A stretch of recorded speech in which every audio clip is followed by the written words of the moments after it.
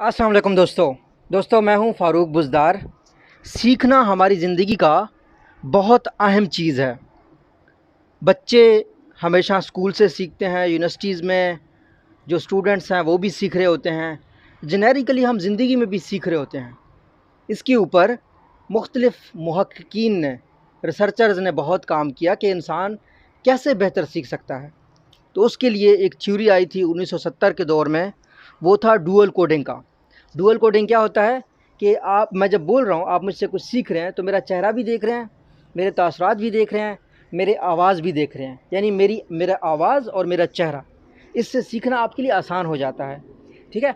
उसके बाद एक मल्टीपल कोडिंग थ्योरी आई। उसके मुताबिक आप मेरे एक्सप्रेशंस को फर्दर जान सकते हैं, जिस तरह मैं कितना खुश हूँ, मैं कितना कॉन्फिडेंट हूँ। जितना ज़्यादा आप फैक्टर्स को इंक्लूड करते हैं सीखते हुए, उतना ज़्यादा आप सीखते हैं। तो हमेशा